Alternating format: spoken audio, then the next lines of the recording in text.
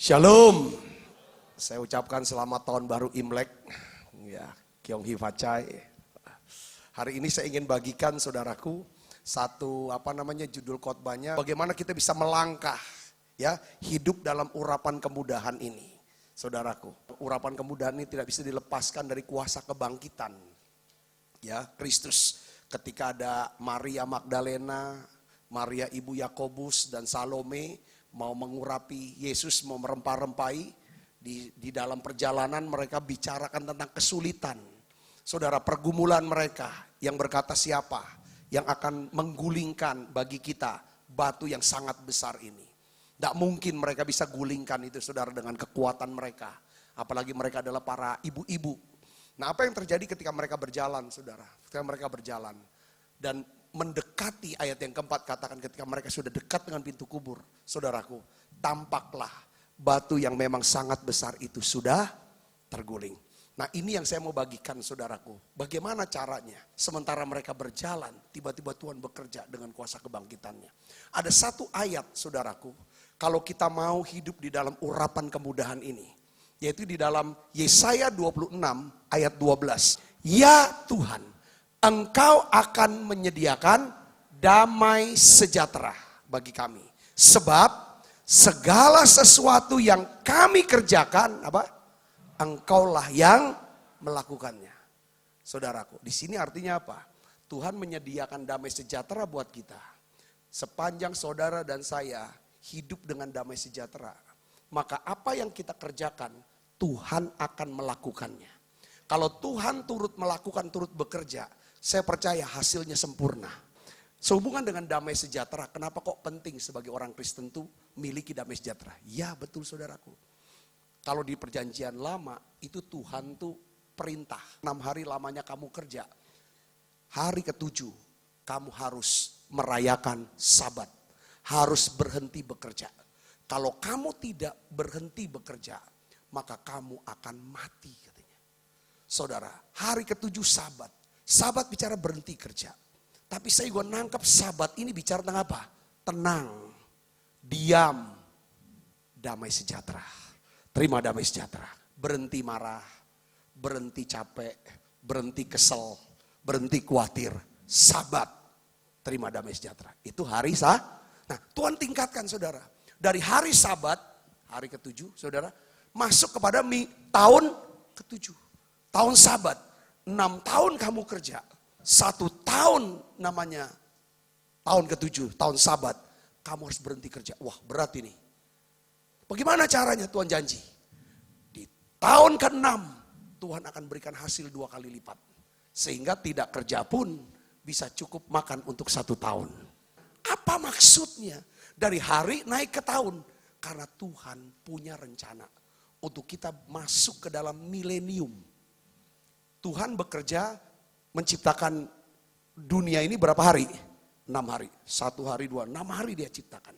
Hari ke-7 Tuhan beristirahat. Apa artinya? 1 hari buat Tuhan berapa tahun buat kita? 1000 tahun. Dan bumi sudah bekerja, sudah berjalan hampir 6000 tahun. Tuhan sedang buat satu rancangan. Buat setiap orang yang percaya pada Yesus, mereka akan masuk ke dalam kerajaan damai 1000 tahun. Ikut memerintah bersama dengan dia. Yesus sebagai raja di atas segala raja. Dan kita raja yang ikut memerintah bersama Yesus di kerajaan 1000 tahun. Kerajaan apa ini? Kerajaan damai, kerajaan sejahtera. Di situ ada keadilan. Inilah sasaran. Kenapa kok penting sebagai orang Kristen? Saudara dan saya pelihara damai sejahtera. Ketika seseorang dalam kehidupan di dunia ini, dia ada damai sejahtera. Untuk perjanjian baru, damai sejahtera. Perjanjian lama bilang Sabat.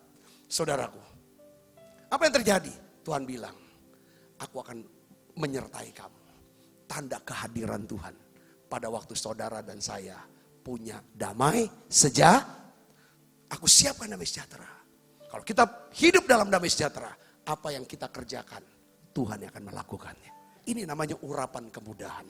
Saudaraku, nah di dalam Filipi pasal 4 ayat yang ke-7 itu dikatakan begini. damai sejahtera Allah yang melampaui segala akal akan memelihara apa? Hati dan pikiranmu dalam Kristus Yesus. Kalau saya baca saudara dalam terjemahan The Living Bible, itu ada satu kata yang hilang di dalam bahasa Indonesia.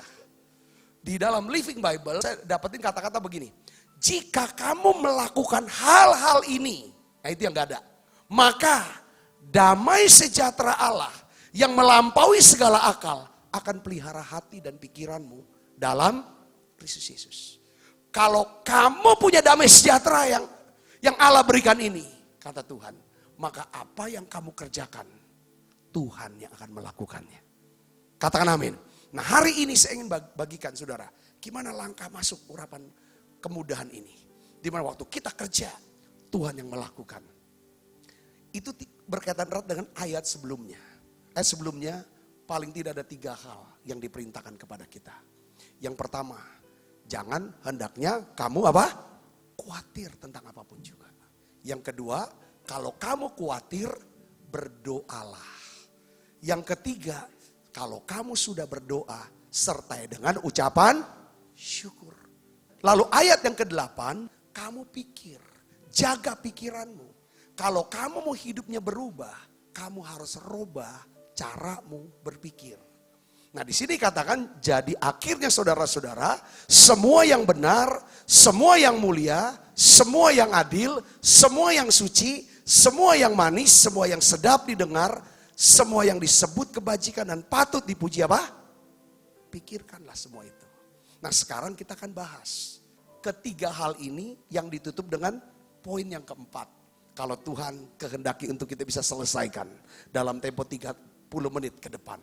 Yang pertama saudaraku, kalau saudara dan saya mau hidup dengan urapan kemudahan, ya saudara, miliki damai sejahtera.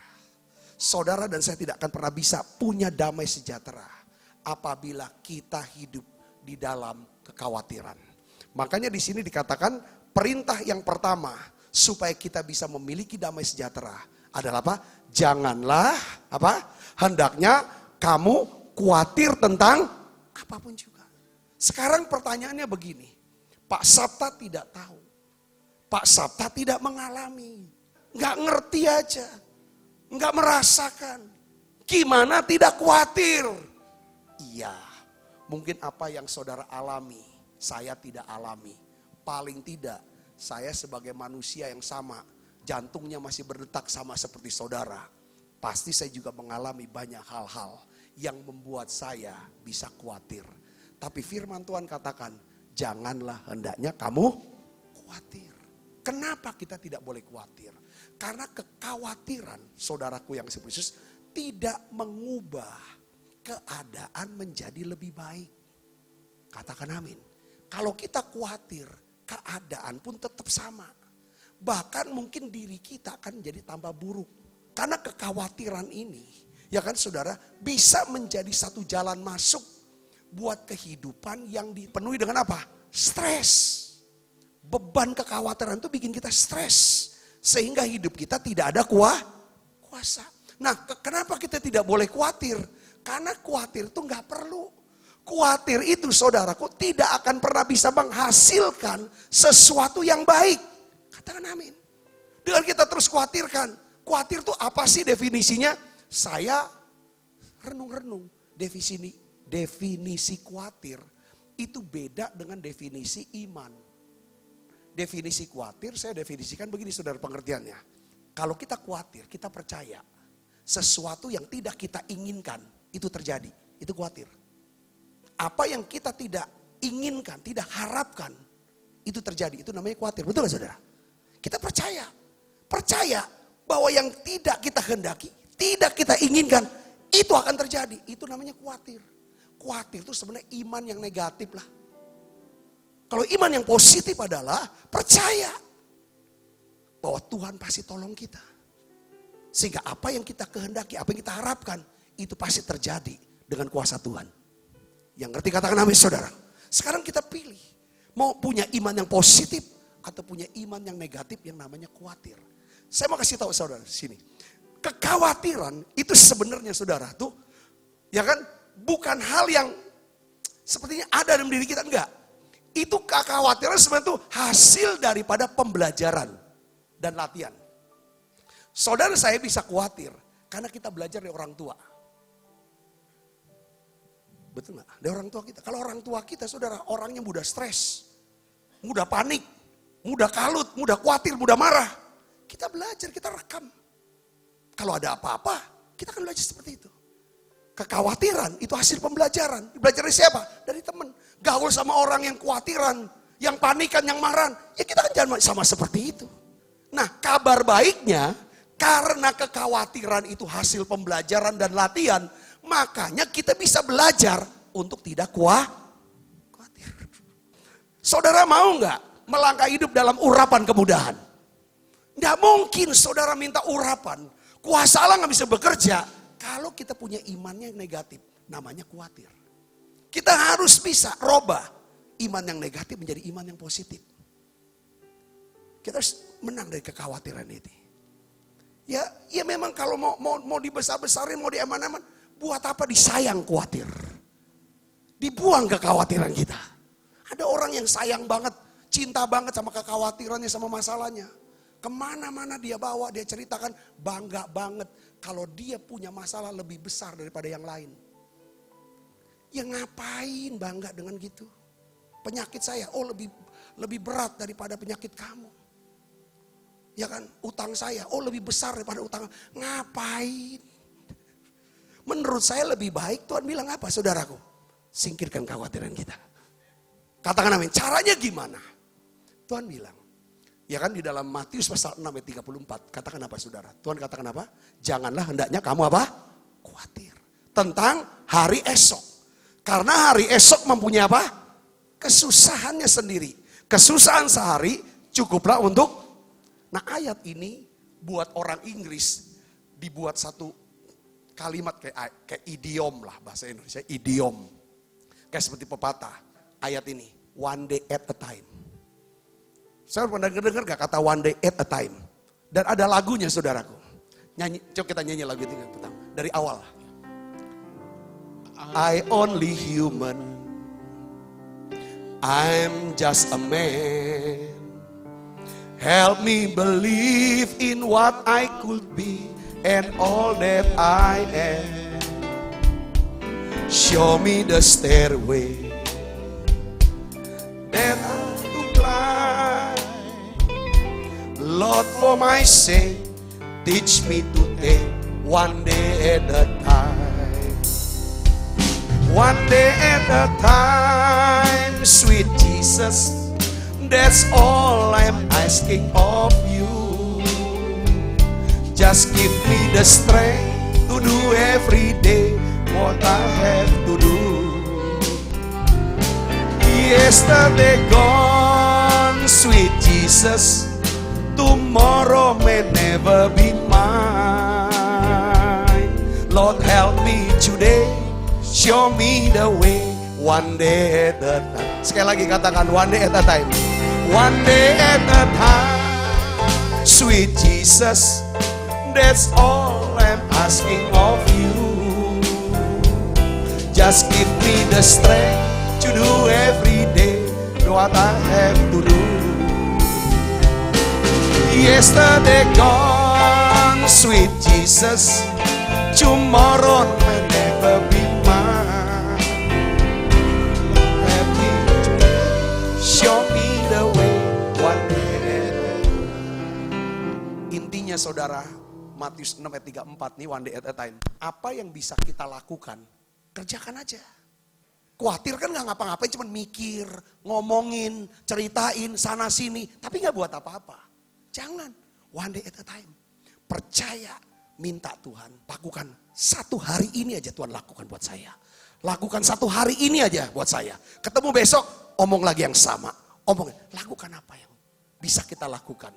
Hitung setiap berkat-berkat sekalipun itu kecil, ingat itu. Itu namanya one day at a time. Nah ini akan membantu kita untuk bisa lepas daripada beban. Ada satu lagi saudara, saya lagi sedang gali ya. Untuk nolong kita semua. Ya setiap kita. Kalau tetap saudara tidur sama kekhawatiran, sama ketakutan. ujungnya nggak bisa tidur. Karena namanya khawatir dan takut, itu dia nggak pernah tidur 24 jam sehari. 7 hari dia nggak pernah bisa tidur. Kalau kita tidur sama dia ganggu kita terus. Kita butuh tidur, dia kan nggak butuh tidur. Akhirnya kita nggak bisa. Kalau mau tidur, minum obat tidur. Kenapa? Karena kita tidur, kita tinggal sama dia. Nah, gimana caranya lepas daripada kekhawatiran ini? Ini kan beban. Saudara, nah Yohanes pasal 15 maksud saya, ayat 5. Akulah apa? Ini Yesus bilang, aku bawa anggur, kamu siapa? Ranting. Dari sini. Barang siapa tinggal di dalam aku, dan aku di dalam dia, ia berbuah, kata berbuah banyak saudara. Semua investasi saudara, itu akan ada hasil. Katakan amin saudara. Apa yang saudara tabur, itu ada hasilnya. Pekerjaan, pelayanan, doa-doa. Semua akan ada hasil. Kalau semua ada hasil, kita gak usah khawatir dong. Tapi untuk bisa berbuah banyak, gimana caranya? Saudara dan saya harus ngerti, harus paham akan apa? Posisi kita. Kalau kita ngerti posisi dan kedudukan kita di dalam Kristus, dia pokok, aku ranting. Kalau asal aku tinggal dalam dia, aku akan berbuah banyak. Tapi kalau aku tidak tinggal di dalam dia, maka aku tidak akan bisa berbuat apa-apa. Artinya apa di sini? Pak Sabta, saya mau kasih tahu begini dulu.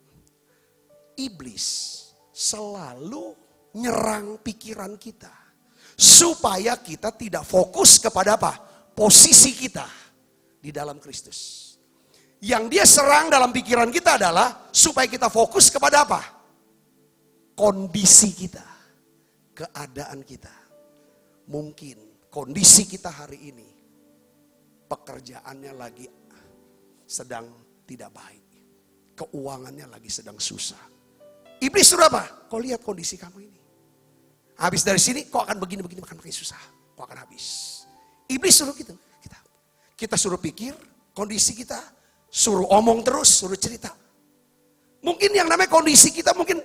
Atau kita atau saudara kita, keluarga kita ada yang sakit. Sakit makin gak sembuh-sembuh. Suruh perhatikan itu. Beberapa bilang ada rasa bersalah. Rasa malu. Rasa tertekan. Suruh lihat kondisi. Itu iblis.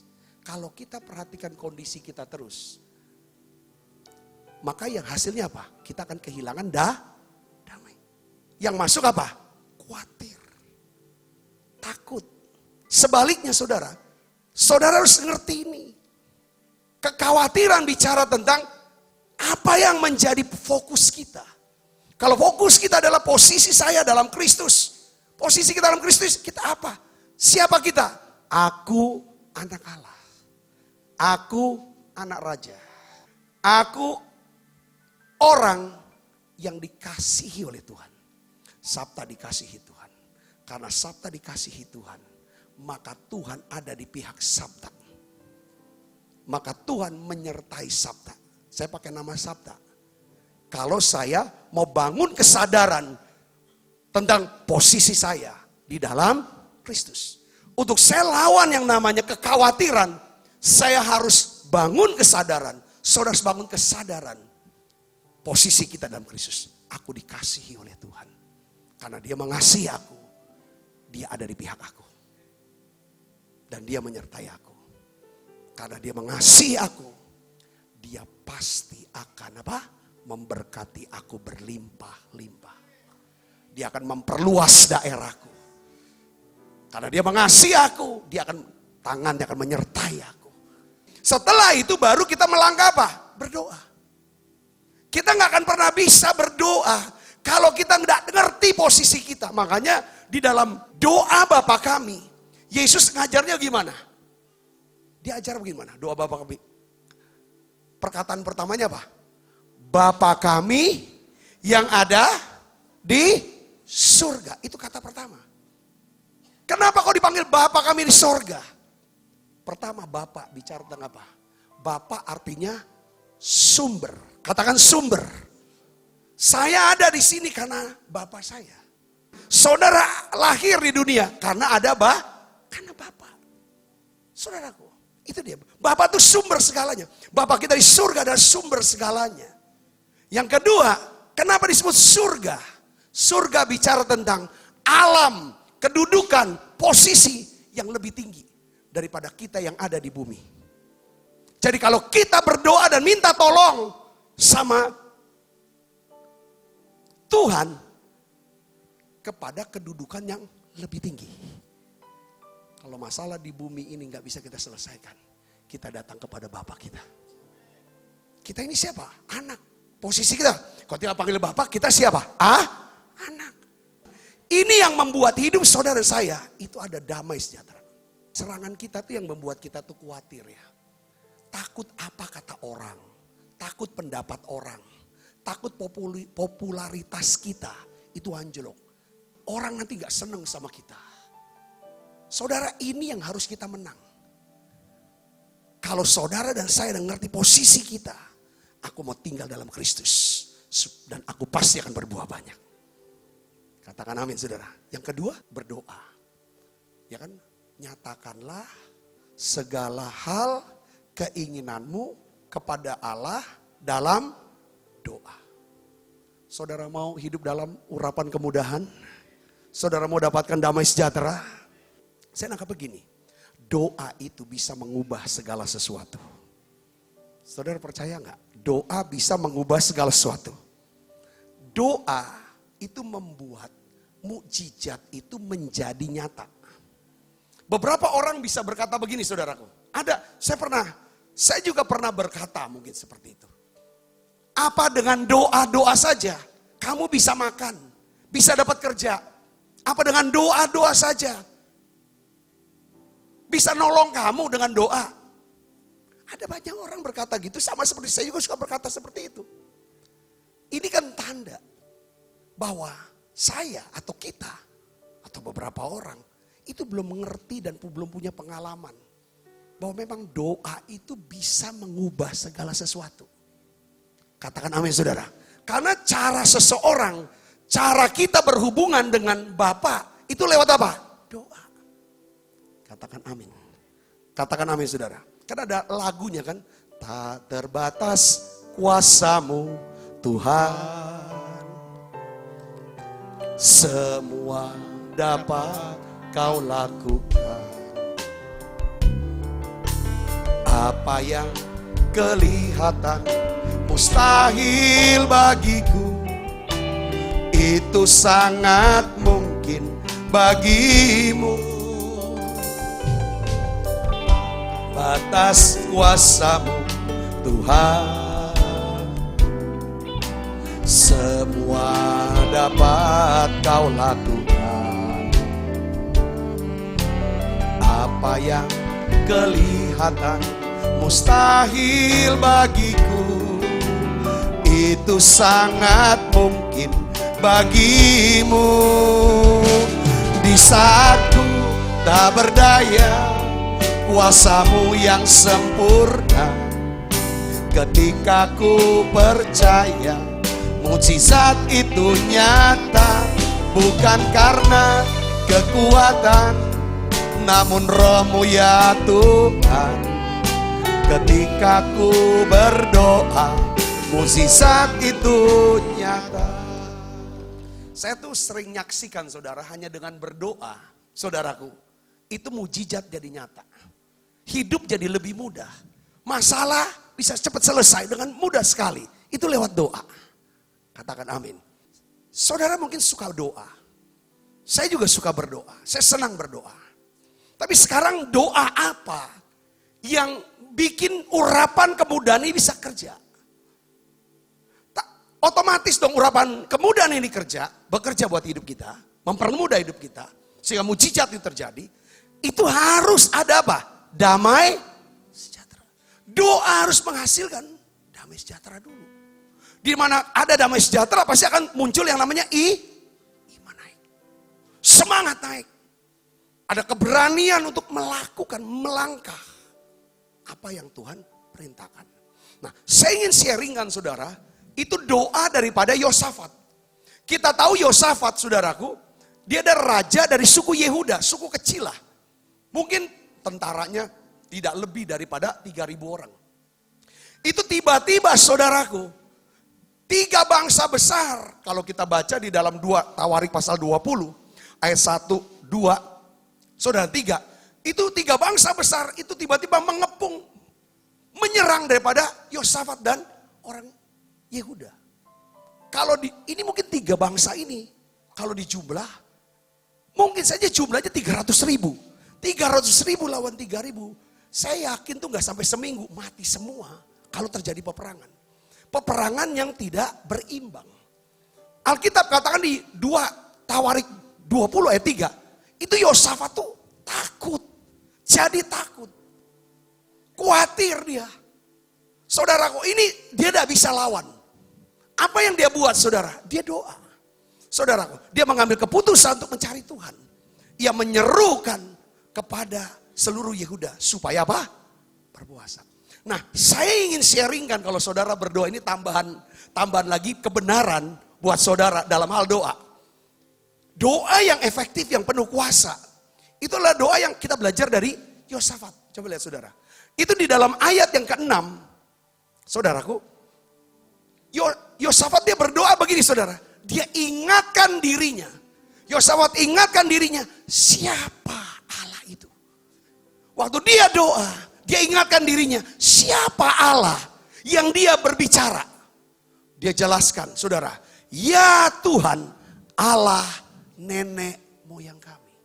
Kenapa bilang Allah nenek moyang kami? Dia mau kaitkan Allahku. Engkau Allah yang sudah disembah oleh nenek moyang kami. Jadi engkau Allah ada hubungan sama aku. Doa itu harus kita ngerti posisi kita. Siapa? Yosafat. Dia ingatkan diri dia. Siapa dia? Oh Allahku, Allah nenek moyangku. Seperti kalau Yakub berdoa kan. Allah yang disegani oleh bapakku Ishak. Sebut. Makanya orang Israel, Allah Abraham, Allah Ishak, Allah Yakub. Dia mau kaitkan gitu loh. Oh kamu tuh anaknya si Anu ya. Yang inilah aku pernah ditolong. Kamu susah, aku bantu. Karena ada kaitan. Doa, saudara tahu ini. Terus, bukankah engkau Allah di dalam. Kenapa disebut di dalam sorga? Ini dia mau bicara tentang ini. Segala masalah yang ada di bumi ini. Tidak ada yang tidak bisa diatasi oleh Allah yang berada di mana? Sorga. Karena kedudukan sorga lebih tinggi daripada bumi. Doa itu harus bisa membawa kita. Hati kita jadi besar. Pikiran kita bisa besar. Sehingga kita bisa percaya. Apa yang saya doakan itu bisa terjadi. Bukankah kau yang memerintah atas segala kegenap.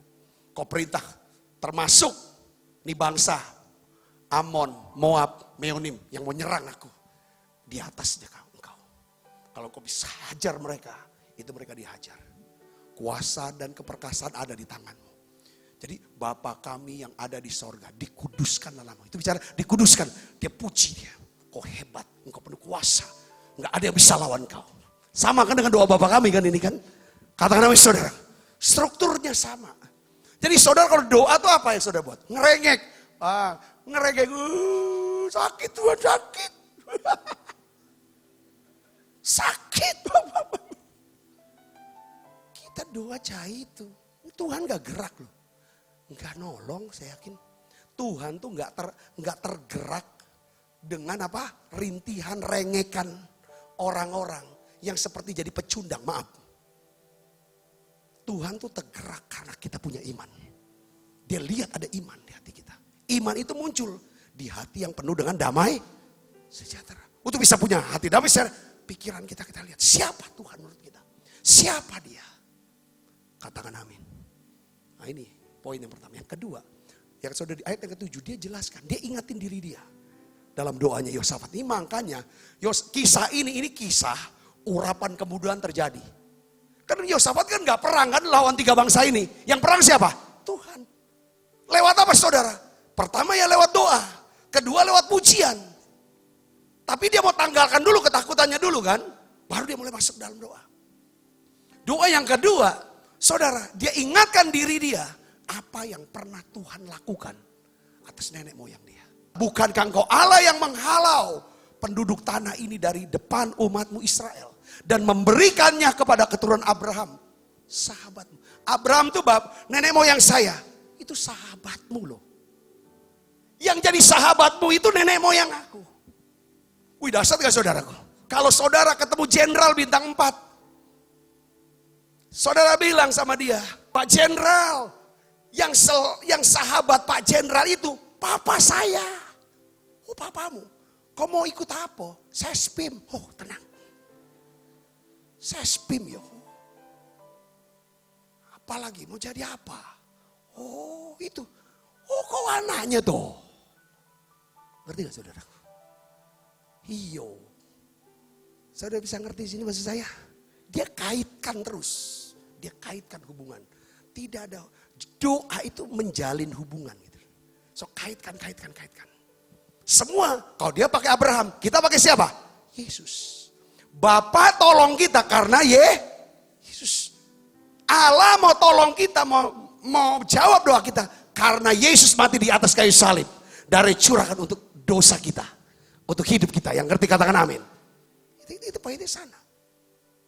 Ya, apa yang pernah dilakukan? Kau telah lakukan. Daud saudaraku. Ya, di dalam 1 Samuel pasal 17 ayat 37 kalau tidak salah. Waktu dia mau menghadapi Goliat, apa yang dibuat oleh Daud? Daud ingatkan diri dia sambil dia ngomong.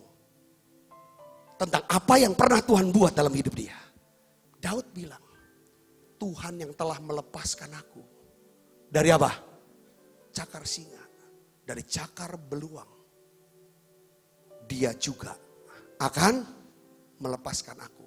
Dari tangan orang Filistin. Amin saudaraku. Amin. Ini harus saudara. Kalau dulu Tuhan pernah sembuhkan sakit aku. Kalau dulu Tuhan pernah tolong. Aku ini udah hampir habis. Duitnya bangkrut habis. Dan Tuhan sudah angkat saya. Sekarang saya hadapi masalah ini Tuhan. Kalau dulu Tuhan pernah tolong saya. Aku percaya Tuhan yang sama akan lepaskan saya juga. Dari masalah ini.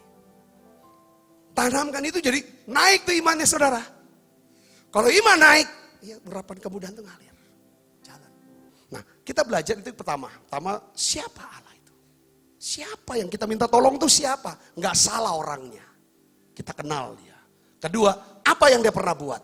Yang ketiga, minta tolong sekali ini lagi lah Tuhan. Tolong aku. Saudaraku, inilah caranya Yosafat. Dia minta.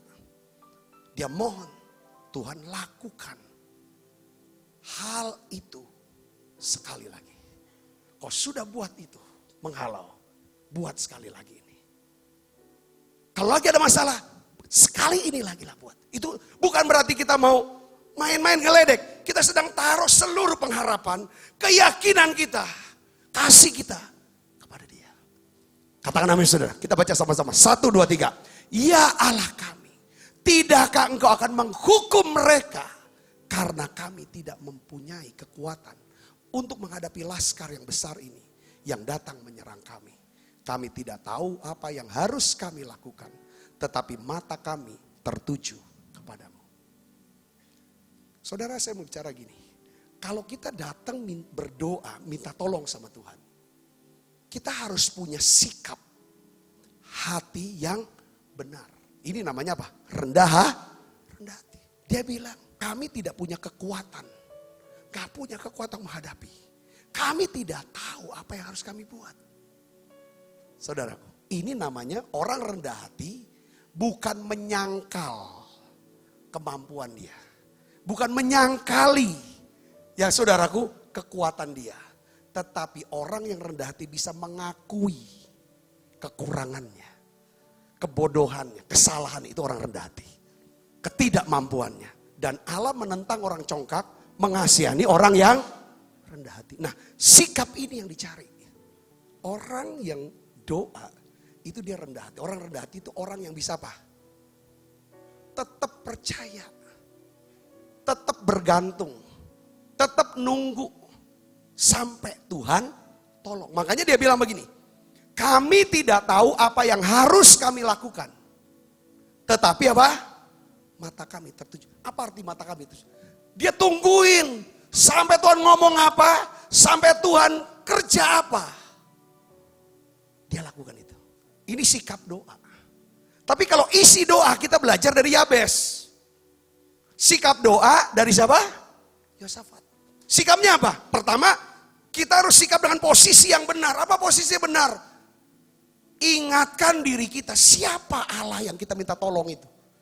Allah yang besar, yang dahsyat, yang mengasihi kita, yang sudah mati di salib buat kita. Katakan amin. Kalau dia sudah serahkan nyawanya buat kita, supaya kita bisa punya Roma di sorga, masakan dia gak bantu kita selama kita hidup di dunia ini? Itu dulu kita pikirkan. Yang kedua, kalau dulu dia pernah tolong, sekarang dia juga bisa tolong. Yang ketiga, kita bangun sikap apa? Rendah hati. Aku udah tahu apa yang aku buat, tapi aku akan tungguin apa yang engkau akan mau buat. Aku akan lakukan. Saya mau bagikan pada saudara, ini kalau doa, sikapnya Yosafat. Tapi isi doa, Yabes. Apa isi doa Yabes? Isi doa Yabes kan ayat 10. Kiranya engkau apa? Memberkati aku berlimpah-limpah dan apa? Memperluas daerahku. Itu doa yang pertama. Berkat itu apa sih? Saudaraku, berkat itu sebenarnya kuasa Allah yang membuat kita jadi berbuah banyak, berhasil. Kutuk itu apa sih kutuk? Kuasa setan yang membuat hidup seseorang gagal, hancur, binasa. Sehingga banyak orang Kristen tuh kalau doa Yabes dia gak berani berdoa. Berkatiku berlimpah-limpah, perluas daerahku.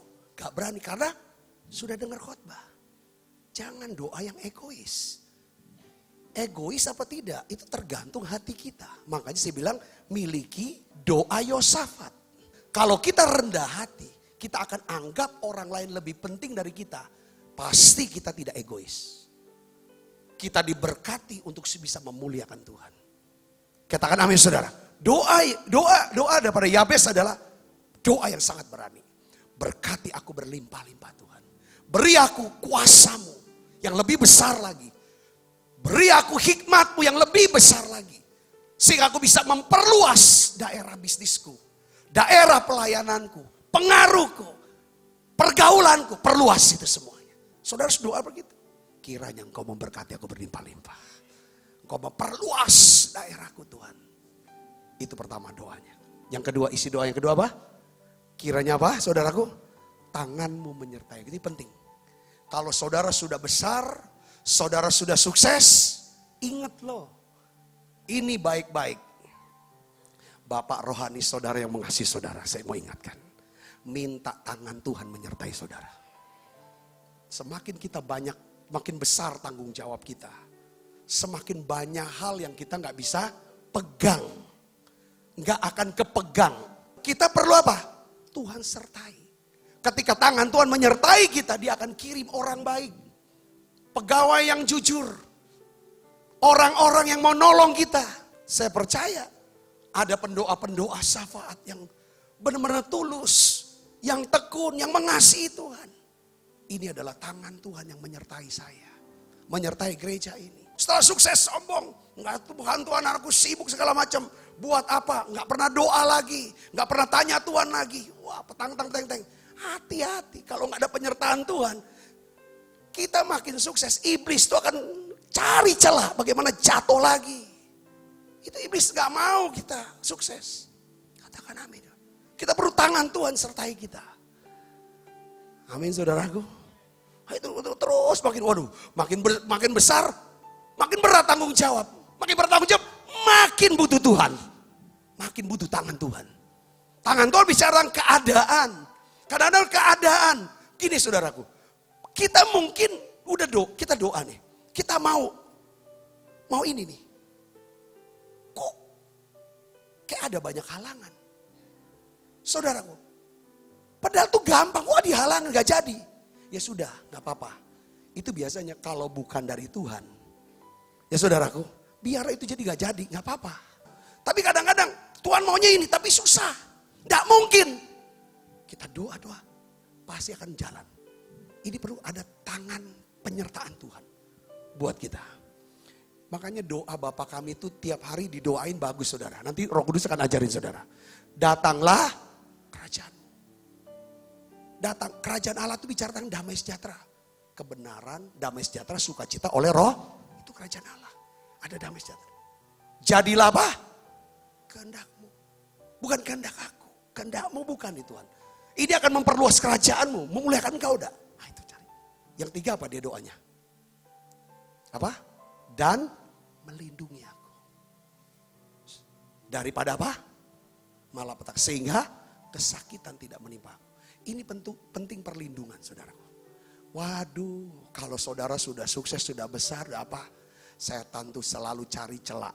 Bagaimana jatuh. Kita butuh perlindungan supaya gak sakit. Kita butuh perlindungan supaya rumah tidak kebakar. Kita butuh perlindungan supaya kita gak kena kecelakaan. Katakan amin. Kita perlu dilindungi supaya kita tidak sombong. Tetap rendah hati. Tetap murah hati. Tetap besar hati. Dan tetap apa? Hati-hati. Itu minta perlindungan Tuhan. Doa Yabes. Isi doa Yabes. Sikap doa Yosafat. So akan lihat urapan kemudahan. Saya berdoa. Biarlah saudara semuanya. Seperti Tuhan mengabulkan doa Yabes. Tuhan juga mengabulkan doa saudara. Coba beri tepuk tangan yang khusus. Kiranya Engkau memberkati aku berlimpah-limpah dan memperluas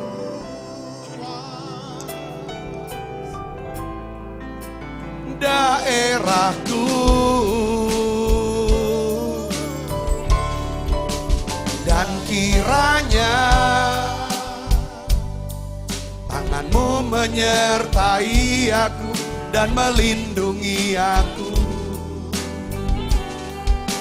daripada malapetaka, sehingga kesakitan tidak menimpa aku.